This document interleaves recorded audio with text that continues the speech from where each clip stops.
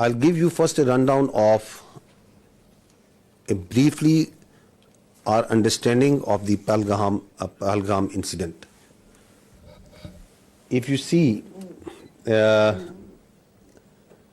the location of the site, that the Pahalgam, it is from the tip of the Badori Bulge. The crow distance is 108 kilometers and the ground distance is more than 200 kilometers. This is in context to the allegation that it was the terrorists, the people who were the perpetrators, they came across from the Pakistani side. So I just want to tell you that how deep inside the illegally occupied in Jammu and Kashmir this location of the site. If you see the map, the area, it is quite a hilly terrain. If you can show the terrain and open this slide. So if you see this, it's quite a hilly terrain, and the place where it happened, it's about 5.3 kilometers from the roadhead, another 1 to 2 kilometers from the police station, and this is either jeepable or on horseback that the people reach over there. So if you go to the next slide, you will see the first investigation report. It says that the incident culminated at about 14:20 hours, and the FIR has been filed at 14:30 hours. So after the incident finished, within 10 minutes, the police was there. It went there, it investigated, it went back, and then it filed the first investigation report. And the distance of travel is, one side is around about 30 minutes. So I don't think that it's humanly possible to do that. And if you see the contents of the FIR, the relevant part, we have highlighted it for you, it says that the people, the handlers were across the border. So they, within this 10 minutes, they concluded, and they found out in the investigation that whoever did it, from where he was being handled, it says there were indiscriminate firing, and so that is what it's trying to say. So this is all. Once we say that we have not seen any shred of evidence that how this evidence has been produced. So in this evidence there are so many holes and leaks that there is a lot of red flags and questions. That how within 10 minutes they were able to find that. You will see that within at 3 o'clock, around about 3 o'clock, 3:05, the social media handles in India started saying that it was the Pakistan attacked Pahalgam. So they were absolutely sure that what happened. Where is that evidence? We are till now today saying that okay, you knew at 3 o'clock that Pakistan attacked Pahalgam. Where is it? From where it's coming? Their TV channels started saying it. Please run this clip of the TV. At 3:30, it was Pakistan everywhere. Why it's important to say it again and again, and even today, is that this is the basis,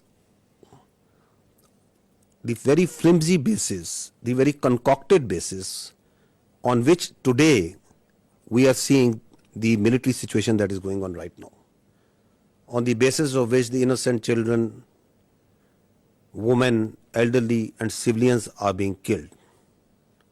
This is that basis. Now, if you go ahead, what is the people of the valley in Kashmir, what is the people all across India saying about it?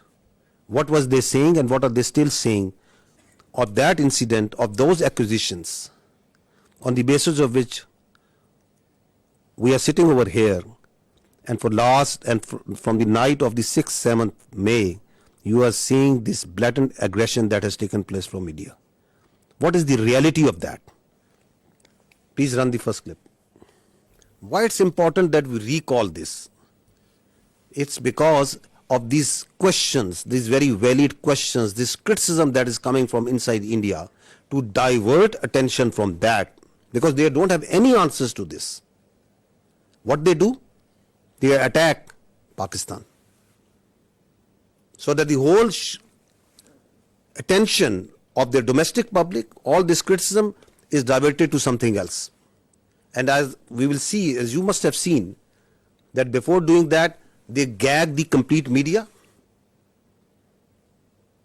They ban the thousands of Twitter handles and social media sites.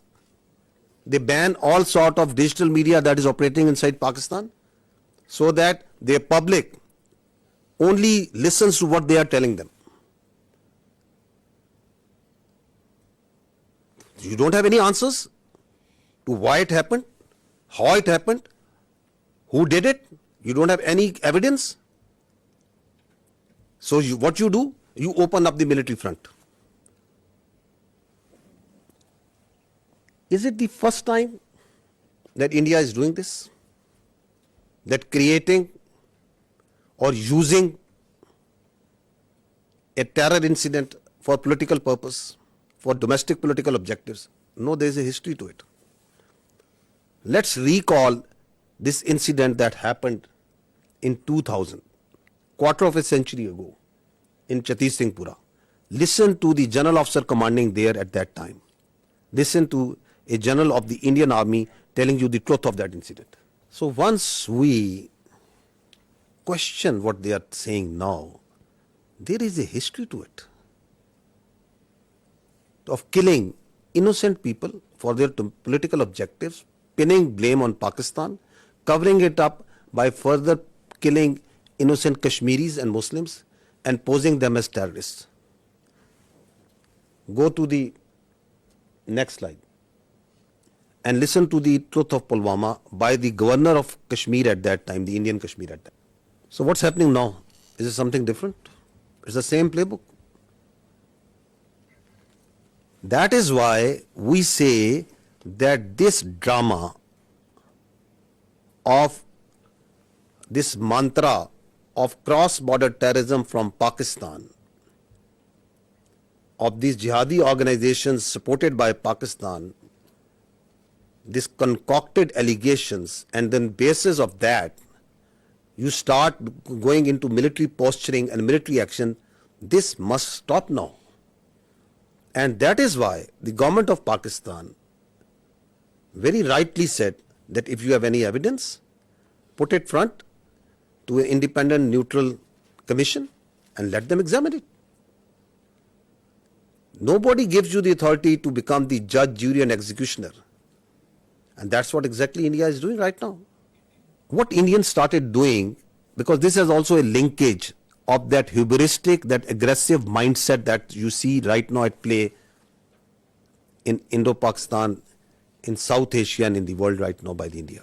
What they started doing it, that they started crushing the people of Kashmir and the Muslims and the minorities over there.